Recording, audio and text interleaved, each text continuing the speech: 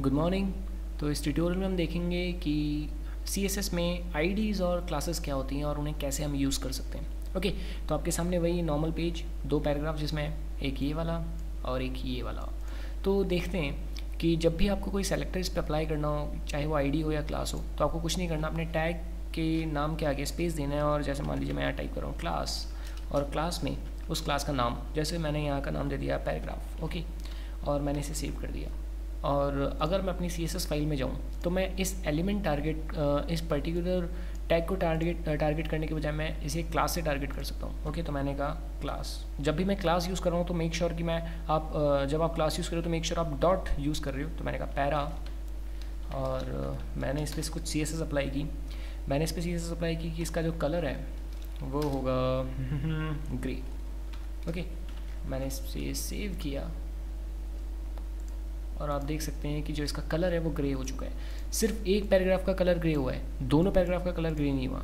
तो आपके पास जब सेलेक्टर्स हैं तो जिस एलिमेंट को आप चाहें उस एलिमेंट को टारगेट कर सकते हैं। ओके, तो जैसे मान लीजिए मैंने इसको एक और क्लास दे दी, मैंने इसको कहा क्लास, और इसको मैंने क्लास दे दी रेड पैरा।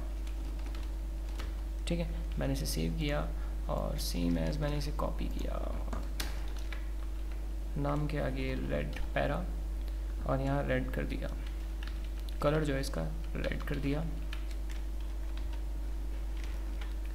सेव।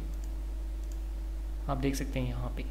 तो आप क्लासेस और आईडीज़ की इंपॉर्टेंस समझ गए होंगे। ओके, अब होगा क्या, फ़र्क क्या है कि आईडी और क्लास में। मैं इसे बस आईडी भी कर सकता हूँ, मैंने इसे कर दिया आईडी। ओके, और यहाँ पे मैंने इसे आईडी कर दिया और मैं इसे सेव करता हूँ तो कुछ भी अप्लाई नहीं होता, ब्लैक हो जाता है। मेक श्योर जब आप आईडी यूज़ कर रहे हो, तो जब हम क्लास यूज़ करते हैं तब डॉट यूज़ करते हैं, है ना। आप जब आईडी यूज़ कर रहे हो तो आप पाउंड यूज़ कर रहे हैं। ओके, मैंने कहा पाउंड और मैंने इसे सेव किया। आप देख सकते हैं वही स्टाइलिंग फिर से अप्लाई हो गई। लेकिन फ़र्क क्या है आईडी और क्लास में, जो काम मैं क्लास से कर पा रहा था वही मैं आईडी से भी कर पा रहा हूँ।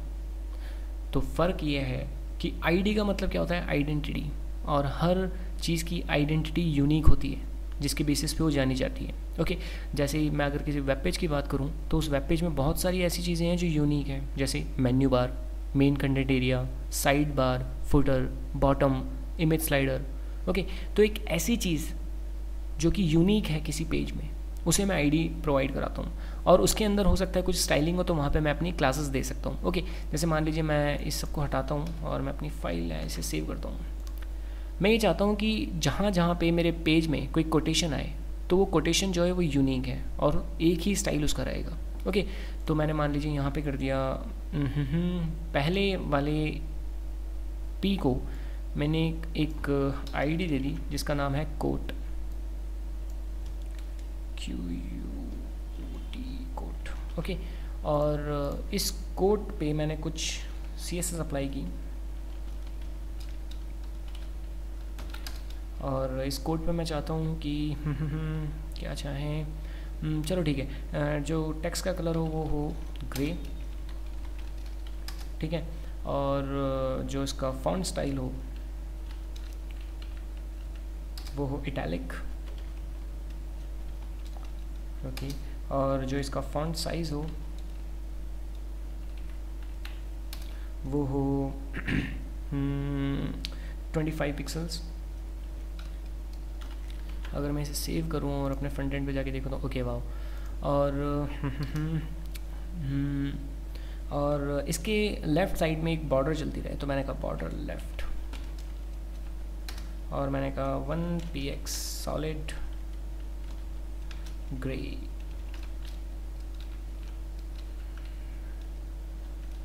और मैं चाहता हूँ कि इसके बीच में थोड़ा गैप भी रहे बॉर्डर और टेक्स्ट के बीच में, तो मैंने कहा पैडिंग लेफ़्ट, मैंने कहा 20 पिक्सल्स, मैंने इसे सेव किया। ओके, तो आप देख सकते हैं, सॉरी, इसे मैं कर देता हूँ 7 पिक्सल्स। ओके, तो आप देख सकते हैं यहाँ पे कुछ ये स्टाइलिंग है। अब मैं ये मान के चल रहा हूँ कि मेरी जो इस वेब पेज में जब भी मैं कोटेशन डालूंगा वो कोटेशन कुछ इस तरीके से आएगी। ओके, तो ये तो वो होता है कि जब आपके पास कोई चीज़ यूनिक है, आप उस चीज़ को एक से ज़्यादा स्टाइलिंग नहीं देना चाहते। लेकिन मान लीजिए आपने अपने कुछ बेस पैरामीटर्स लेके चलें कि मेरा जो पैराग्राफ है वो बहुत सारी जगह सेम है। आपका पैराग्राफ मान लीजिए आपने कोई फुटर में कोई इन्फॉर्मेशन डाली है तो सेम है, आपने मेन कंटेंट एरिया में कुछ इन्फॉर्मेशन डाली है तो सेम है, आपने साइड बार में कुछ इन्फॉर्मेशन डाली है तो सेम है, तब आप क्लासेस यूज़ करते हैं। ओके, तो जैसे मान लीजिए मैं यहाँ पे एक क्लास यूज़ करता हूँ, दूसरे वाले पे मैंने कहा क्लास, और मैंने क्लास का नाम दे दिया पैरा। मैंने इसे सेव किया और पैरा में मैंने कुछ स्टाइलिंग अप्लाई की। मैंने कहा कलर, और कलर जो है मैंने कह दिया मान लो कुछ भी ले लेते हैं, ग्रीन ले लिया, और मैंने इसे सेव किया। ओके, ये है कुछ इसकी स्टाइलिंग। और मान लीजिए मैं चाहता हूँ कि फॉन्ट साइज़ जो हो इसका, फॉन्ट साइज़ हो इसका 22 पिक्सल्स, सेव। ओके, और अब मैंने क्या करना है, मैंने एक और पैराग्राफ ले लिया, मान लीजिए एक पैराग्राफ और मैंने लिया, इसी को मैं कॉपी कर लेता हूँ, पेस्ट, मैंने इसे सेव किया तो मेरे पास सेम एक और पैराग्राफ आ गया जिस पे सेम स्टाइल अप्लाई है। मान लीजिए कभी कभी क्या होता है कि जब हम वेबसाइट पे काम कर रहे होते हैं तो हमारी जो पैराग्राफ होता है उसमें सब कुछ ग्लोबल पैरामीटर्स अप्लाई होते हैं, मतलब जो ग्लोबल CSS आपने उस पर अप्लाई की है वही होती है ग्लोबल, मतलब जो हर जगह आप अप्लाई करना चाहते हो तो आप सिर्फ एक बार उसे अप्लाई करके छोड़ देते हो। ओके, और मान लीजिए कोई ऐसी जगह आ गई जैसे मान लीजिए बॉटम पे आप ये चाहते हो कि इसमें थोड़ा सा चेंजेस, मतलब एक स्टाइल अलग है, ठीक है। मान लीजिए आप बॉटम में चाहते हैं कि लाइन हाइट जो है वो थोड़ी सी ज़्यादा हो जाए, तो आप क्या कर सकते हैं, एडिशनल क्लासेस भी अप्लाई कर सकते हैं। जैसे मैंने यहाँ पैरा किया, पैरा के बाद कुछ नहीं करना, आपको एक स्पेस देना है, और स्पेस के बाद मैंने इसे कह दिया बॉटम में कुछ स्पेस देना है, तो मैंने कहा बॉट स्पेस। ओके, मैंने इसे सेव किया, और अब मुझे कुछ भी पूरा लिखने की ज़रूरत नहीं है, पैरा मैं ऑलरेडी इस पर अप्लाई कर चुका हूँ। मैं करूँगा डॉट बॉट स्पेस। ओके, और मैं क्या चाहता हूँ यहाँ पे इसकी लाइन हाइट, और लाइन हाइट मैं चाहता हूँ 30 पिक्सल्स।